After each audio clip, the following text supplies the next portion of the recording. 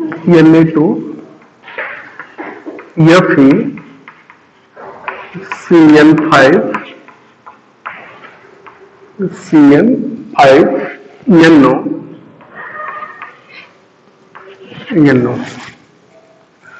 Okay, ये complex है। इस कॉम्प्लेक्स का हमको हाइब्रिडाइजेशन चेक करना है, ज्योमेट्री चेक करनी है और उसका मैग्नेटिक प्रॉपर्टीज चेक करनी है। ओके, तो जरा ध्यान में Na2 Fe CN5 NO है। तो इस कंपाउंड का अब देखो ये NO है, तो NO को सबसे पहले हमको चेक करना होगा कि NO किस फॉर्म में है। तो मैं आपको बता दूं कि NO जो होता है ये पॉजिटिव फॉर्म में रहता है, तो कैटायनिक लिगेंड के रूप में रहता है, न्यूट्रल फॉर्म में रहता है। कैटायनिक के रूप में रहेगा तो ये 2 इलेक्ट्रॉन को डोनेट करेगा, 2 इलेक्ट्रॉन डोनर, 2 इलेक्ट्रॉन डोनर्स। और अगर NO के रूप में रहता है तो ये जो होता है 3 इलेक्ट्रॉन डोनर्स होता है, 3 इलेक्ट्रॉन डोनर्स होता है। अब देखो, अब इसमें हमको डिसाइड करना है कि ये NO जो है, अगर सपोज करो यहाँ पे पॉजिटिव नहीं दिया है, कुछ भी नहीं दिया है, तो ये हमको वहां पे डिसाइड करना होगा कि वहां पर NO प्लस है कि NO है। NO प्लस रहता है तो उसका नाम होता है नाइट्रोसोनियम, नाइट्रोसोनियम। और अगर NO रहता है तो उसका नाम होता है नाइट्रोसिल, नाइट्रोसिल या नाइट्रोसिलियम। ओके, ये रहेगा।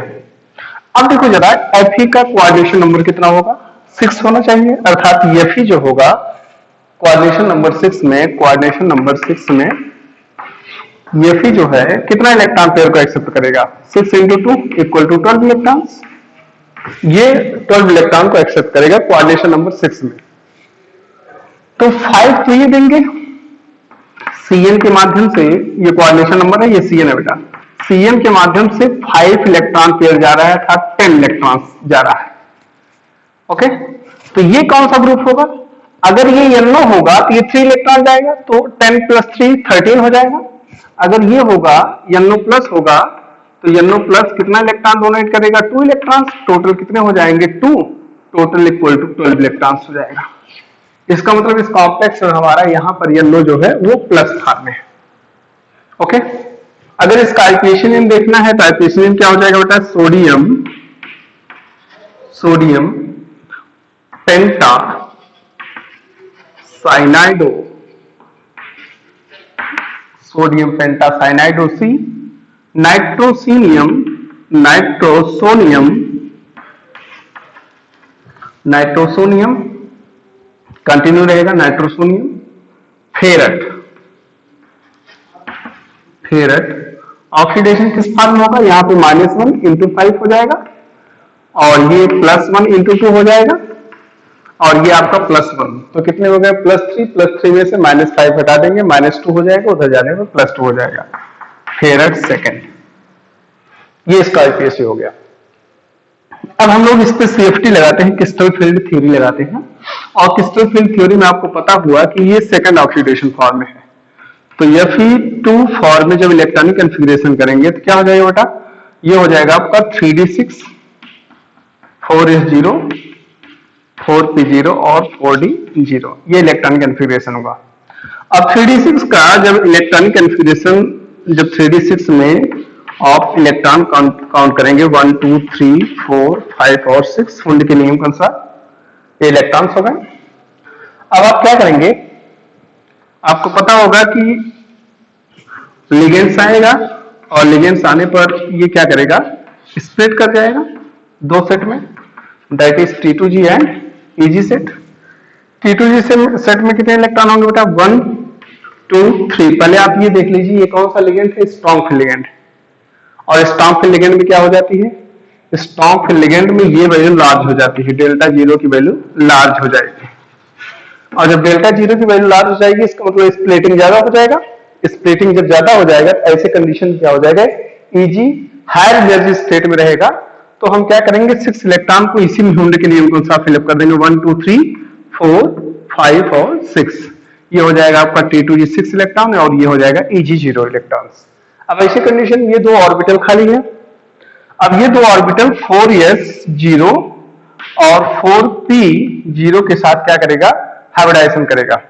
और कौन सा हाइब्रिडाइजेशन हो जाएगा, D2sp3 हाइब्रिडाइजेशन। D2sp3 ये दो D के ऑर्बिटल, एक s का ऑर्बिटल और 3 p के ऑर्बिटल इंटरमिक्सिंग जाएंगे, D2sp3 हाइब्रिडाइजेशन हो गया। कॉम्प्लेक्स कैसा हो गया बेटा, कॉम्प्लेक्स आपका डायमैग्नेटिक हो गया।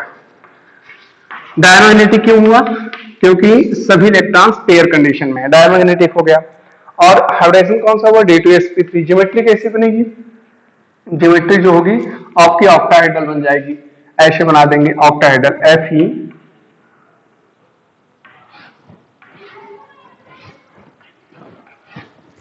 यहां दिखा देंगे Cn Cn Cn और Cn Cn और फिर यहां पर दिखा देंगे NO plus.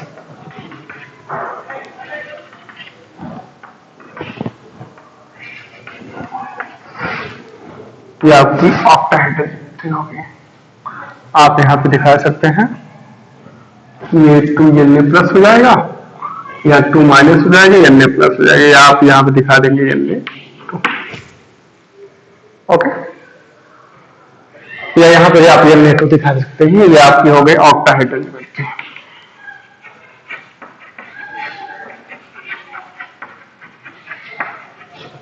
Octahedral geometry of Na2 Fe Cn5 NO plus complex. और ये कॉम्प्लेक्स कैसा होगा बेटा, इनर कॉम्प्लेक्स होगा। कैसा होगा, इनर कॉम्प्लेक्स होगा। This is the inner complex. Inner complex क्यों होगा, क्योंकि इसका Eg orbital means inner orbital participate कर रहा है हाइब्रिडाइजेशन में। ns np के साथ, ns np के साथ जब n-1d ऑर्बिटल पार्टिसिपेट करता है, ऐसे हाइब्रिडाइजेशन को, ऐसे कॉम्प्लेक्स को इनर कॉम्प्लेक्स बोलते हैं। और जब ns np के साथ nd ऑर्बिटल पार्टिसिपेट करता है, तो ऐसे कॉम्प्लेक्स को क्या बोलते हैं, आउटर कॉम्प्लेक्स। ये आपका आउटर कॉम्प्लेक्स हो जाएगा। इनर कॉम्प्लेक्स आपका स्पिन पेयर्ड कॉम्प्लेक्स है। कैसा कॉम्प्लेक्स है, स्पिन पेयर्ड कॉम्प्लेक्स। ये आपका स्पिन पेयर्ड कॉम्प्लेक्स हो गया, स्पिन पेयर्ड कॉम्प्लेक्स। और इसको लो स्पिन भी बोलते हैं, लो स्पिन कॉम्प्लेक्स भी बोलते हैं, लो स्पिन कॉम्प्लेक्स। और ये आउटर कॉम्प्लेक्स जो होगा near about high spin complex का होता है, high spin complex, high spin complex. Outer complex में ध्यान रखिएगा, इसमें वीक फील्ड लिगेंड वर्क करते हैं, वीक फील्ड लिगेंड वर्क करते हैं। और इसमें जो होता है स्ट्रॉन्ग फील्ड लिगेंड वर्क करता है। ये मैंने चर्चा किया Na2 FeCN5 NO प्लस के बारे में। ओके,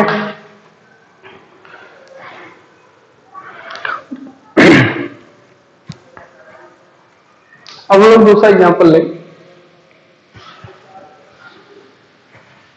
K4 FeCN5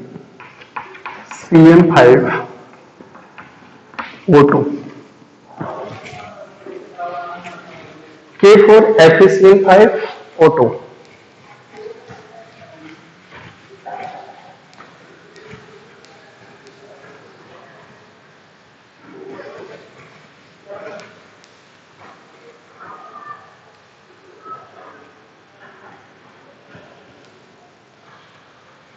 ध्यान रखिएगा, इसमें हम लोग क्या करते हैं, इसमें भी आपको सबसे पहले सेंट्रल मेटल का ऑक्सीडेशन नंबर चेक करना होगा। ऑक्सीडेशन नंबर का मतलब यह हुआ, इसका ऑक्सीडेशन नंबर +1 हो जाएगा, +1 इंटू 4, ये आपका +4 कर दे दिया है। इसका -1 इंटू 5 हो जाएगा। O2 को हमको पता करना है, क्योंकि O2 जो है ये दो स्टेज में रह सकता है। O2 यहाँ पे चार्ज कौन सा है, नेगेटिव है, एक नेगेटिव है, दो नेगेटिव है कि -हाफ है। तो O2 जो है ये अगर इस फॉर्म में है O2 माइनस, तो इसको बोलते हैं बेटा सुपर ऑक्साइड। क्या बोलते हैं, सुपर ऑक्साइड। और अगर O2 माइनस होता है तो इसको बोलते हैं ऑक्साइड। ऑक्साइड O2 प्लस भी होता है, ये आपका पैराक्साइड हो जाएगा, पर ऑक्साइड, इसको बोलेंगे ऑक्साइड। ठीक, तो ध्यान रखिएगा O2 माइनस ये आपके जो होते हैं ये पैरामैग्नेटिक नेचर के होते हैं, पैरामैग्नेटिक नेचर के होते हैं, और ये जो होता है ये डायामैग्नेटिक नेचर का होता है।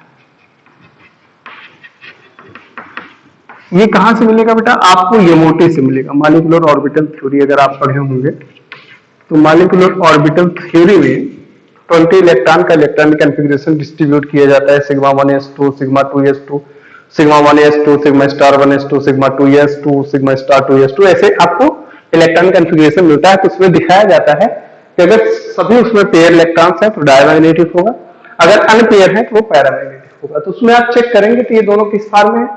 पैरामैग्नेटिक फॉर्म में, क्योंकि इसके पास क्या है? अनपेयर इलेक्ट्रॉन्स, मतलब ये दोनों जो हैं अनपेयर इलेक्ट्रॉन को कंटेन किया है, अनपेयर इलेक्ट्रॉन को कंटेन किया है, और ये जो होता है ये पेयर इलेक्ट्रॉन को कंटेन किया रहता है, जिसके कारण ये डायमैग्नेटिक होता है। अब ये हमारा ऑक्साइड्स जो है ये सुपर ऑक्साइड है कि पैराक्साइड फॉर्म में, इसको हमको चेक करना होगा। उसी तरीके से आप चेक करेंगे Fe को कितना कोऑर्डिनेशन नंबर है? Fe का कोऑर्डिनेशन नंबर कितना है? 6 है। तो कितना इलेक्ट्रॉन की रिक्वायरमेंट है Fe को? 6 टू जा 12 इलेक्ट्रॉन की जरूरत है। तो अगर कोऑर्डिनेशन नंबर किसी भी सेंटर, अगर कोऑर्डिनेशन नंबर 6 हो तो उस सेंट्रल मेटल को 12 इलेक्ट्रॉन की रिक्वायरमेंट होती है। तो ऐसी स्थिति में 5 Cn देगा। साइनाइड कितना दे रहा है? 5 इंटू 2 कितना हो जाएगा? 10। और O2 यहां पर देखेंगे O2 जो है ये अगर एक नेगेटिव फॉर्म है तो मतलब वो 2 इलेक्ट्रॉन देगा, अगर इस फॉर्म में होगा तो वो ज्यादा इलेक्ट्रॉन देगा। तो ऐसी स्थिति में यहां पर O2 माइनस हो जाएगा, तो 2 इलेक्ट्रॉन्स ये देगा, 2 इलेक्ट्रॉन्स ये देगा, तो टोटल इलेक्ट्रॉन कितने हो जाएंगे बेटा? टोटल इलेक्ट्रॉन्स ये हो जाएंगे, टोटल इलेक्ट्रॉन 12 इलेक्ट्रॉन हो जाएगा। इसका मतलब यहां पर O2 माइनस है, और जब O2 माइनस होगा, अगर यहां पर O2 माइनस है तो जाहिर सी बात है वो किस फॉर्म में होगा? सुपर ऑक्साइड फॉर्म में। O2 किस फॉर्म में? सुपर ऑक्साइड फॉर्म में है।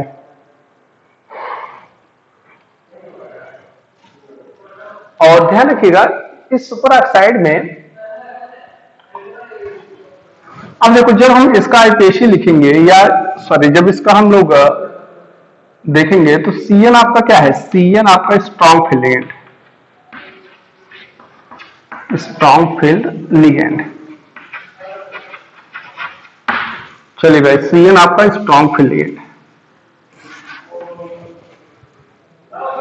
अगर आपको दिक्कत हो रही है O2 कैसे पैरामैग्नेटिक है, तो आप जानते रहिए O2 माइनस में जब हम लोग मॉलिक्यूलर ऑर्बिटल थ्योरी लेते हैं तो 8 प्लस 8, ओके, और प्लस 1 इक्वल टू कितना हो जाएगा? 17 इलेक्ट्रॉन, और 17 हो गया तो इसका मतलब पैरामैग्नेटिक हो गया।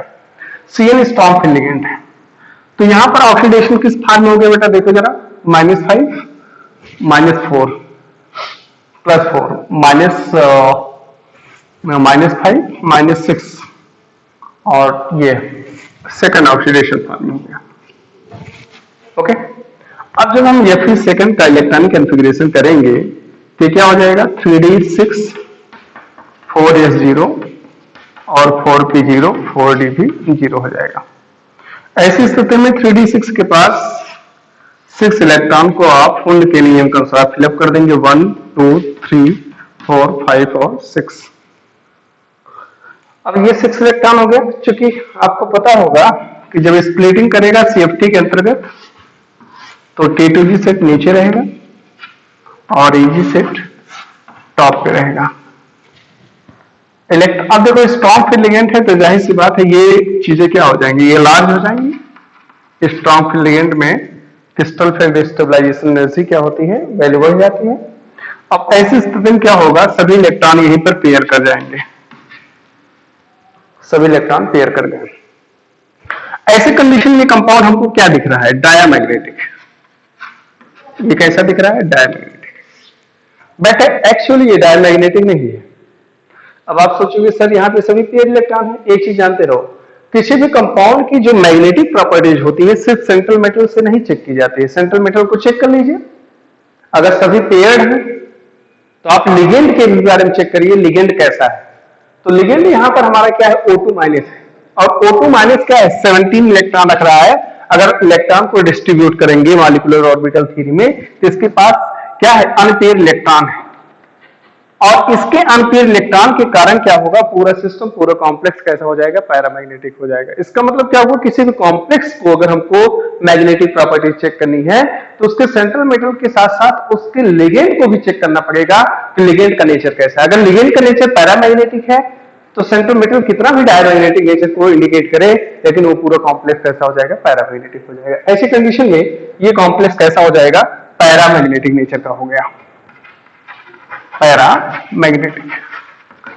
अब पैरामैग्नेटिक हुआ, इसका मतलब ये डायमैग्नेटिक कैसे हुआ, क्यों पैरामैग्नेटिक क्यों हो रहा है, तब आप यहां पे लिखेंगे due to presence of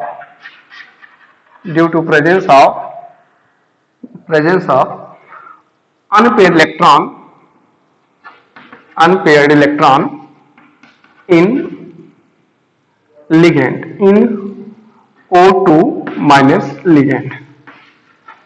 okay, इसके कारण ये कॉम्प्लेक्स कैसा हो रहा है, पैरामैग्नेटिक हो रहा है। एक चीज और, ये कॉम्प्लेक्स पैरामैग्नेटिक हो गया। कॉम्प्लेक्स किस फॉर्म में है, ऑक्टाहेड्रल नेचर का है, ऑक्टाहेड्रल ज्योमेट्री हो गई इसकी, ऑक्टाहेड्रल ज्योमेट्री हो गई। अब हाइब्रिडेशन में जाएगा तो जाहिर सी बात है ये दोनों ऑर्बिटल जाएंगे, कौन सा हाइब्रिडेशन होगा, D2sp3। कॉम्प्लेक्स कैसा होगा, इनर कॉम्प्लेक्स हो जाएगा, इनर कॉम्प्लेक्स, कॉम्प्लेक्स इनर हो गया, ऑक्टाहेड्रल हो गया, और स्पिन पेयर्ड कॉम्प्लेक्स है। तो ये सब इसके क्या है, कॉन्सेप्ट है। आइए अगला कंपाउंड देखा जाए, इरेज करें।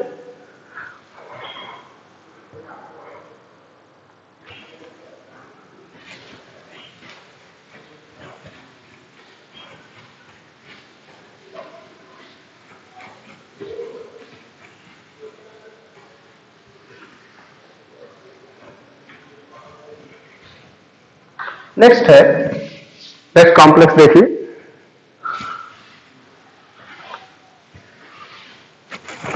Fe2 NO ये कॉम्प्लेक्स है, Fe2 टेकन 5 NO TSO4। इससे पूछा है नंबर ऑफ अनपेयर्ड इलेक्ट्रॉन कितने होंगे,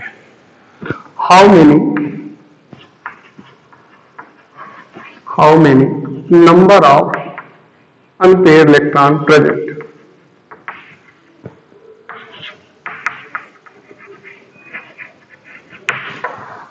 ये संभवतः क्वेश्चन जेई 2018 का क्वेश्चन है, पूछा गया है। Okay, number of unpaired electron पूछ रहा है, अर्थात पैरामैग्नेटिक के बारे में पूछ रहा है। तो आप क्या करेंगे, आइए देखा जाए। आप Fe2 टेकन 5 NO है। ओके, अभी आपने देखा NO दो फॉर्म कर सकता है, नाइट्रोसिल और नाइट्रोसोनियम। तो चेक कर लिया जाए, क्योंकि इसका ऑक्सीडेशन नंबर पता होना बहुत जरूरी है। तो हमारे पास NO अगर प्लस फॉर्म रहेगा, अर्थात ये कैटायनिक लिगेंड रहेगा, तो जिसको हम लोग क्या बोलते हैं, नाइट्रोसोनियम। कितना इलेक्ट्रॉन पेयर प्रोवाइड करेगा, ये आपका 2 इलेक्ट्रॉन प्रोवाइड करता है। और अगर आपके पास NO होता है न्यूट्रल फॉर्म में, तो ये कितना इलेक्ट्रॉन प्रोवाइड करता है बेटा, ये 3 इलेक्ट्रॉन पेयर प्रोवाइड करता है, 3 इलेक्ट्रॉन्स प्रोवाइड करता है, पेयर नहीं बल्कि इलेक्ट्रॉन्स। ओके, अब ऐसी कंडीशन में हमारे पास Fe का कोऑर्डिनेशन नंबर कितना है, कोऑर्डिनेशन नंबर इसके पास 6 है, अर्थात Fe को कितना इलेक्ट्रॉन चाहिए, 6 2 12 इलेक्ट्रॉन चाहिए हमको। 12 इलेक्ट्रॉन में ध्यान रखिएगा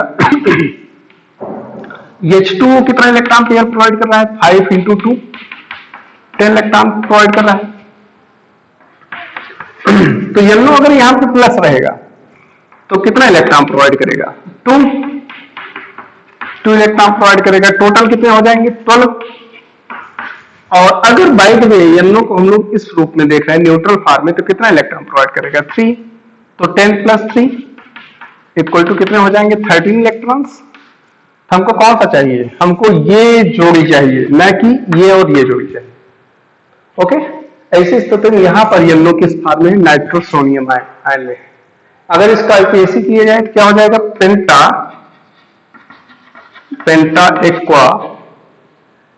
पेंटा एक्वा नाइट्रोसोनियम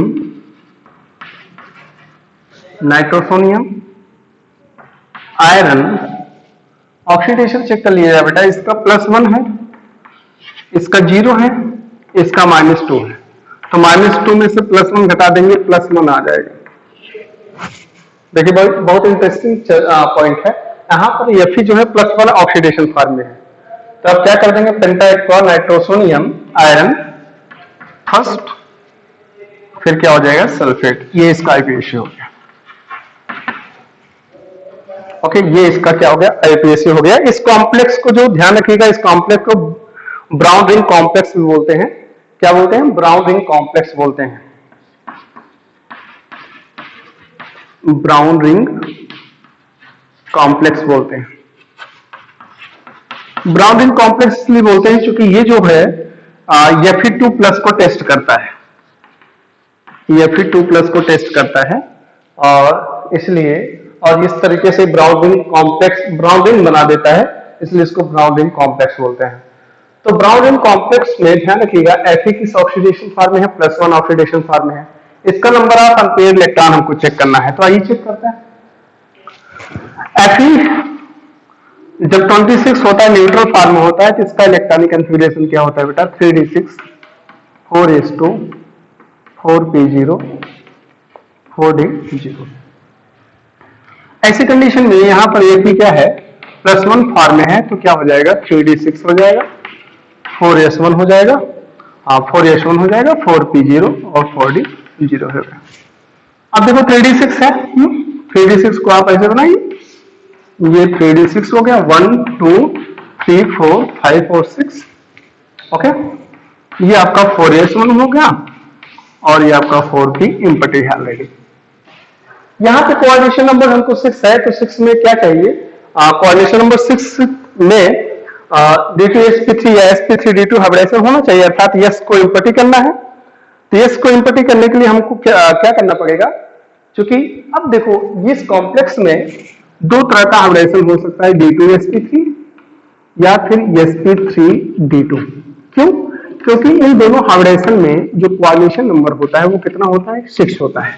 तो 6 में या तो sp3d2 होगा या तो D2sp3। इसका मतलब क्या हुआ कि यस को हर हाल में हमको, चाहे जो भी हाइब्रिडेशन हो, यस दोनों में कॉमन है, यस को हमको इम्पटी करना पड़ेगा, यस को एक ही लेना पड़ेगा। तो ऐसी स्थिति में क्या होता है? ये इलेक्ट्रॉन चूंकि जो है ये इलेक्ट्रॉन इसमें इसके साथ पेयर करेगा, और ये इलेक्ट्रॉन इसके साथ पेयर करेगा।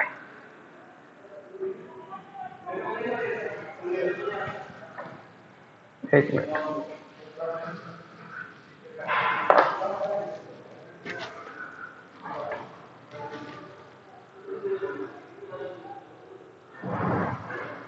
ओके। अब देखो इस कंडीशन में ये इलेक्ट्रॉन इसमें आ जाता है, और जिसके कारण ये ऑर्बिटल खाली हो जाता है, और डी भी क्या है? ऑलरेडी खाली है।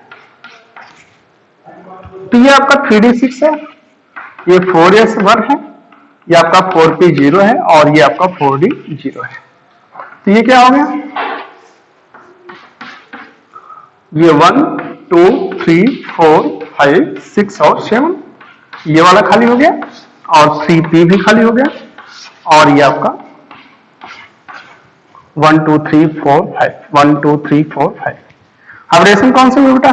ये आपका sp3d2 हाइब्रिडेशन। क्यों sp3d2 हो गया? क्योंकि इसकी स्प्लिटिंग अगर हम कराएं तो ये कैसे स्प्लिट करता है देखिए जरा। बस 1 2 3 4 5 6 7, अगर इसको स्प्लिटिंग कराएं तो T2g में चला जाएगा, और ये आपका Eg, और ये आपका T2g कितना होगा? 1 2 3, चूंकि क्या है H2 वीक फील्ड लिगेंड है, ये चीजें क्या होंगी स्मॉल होंगी, और जब ये चीजें स्मॉल होंगी, क्यों स्मॉल है क्योंकि H2 वीक फील्ड लिगेंड है, तो ऐसे 1 2 3 4 5 6 और 7, तो नंबर ऑफ अनपेयर्ड लिखता हूं 1 2 3, तो n इक्वल टू क्या हो जाएगा 3। ये आपका कैसा कॉम्प्लेक्स है पैरामैग्नेटिक। Okay sir.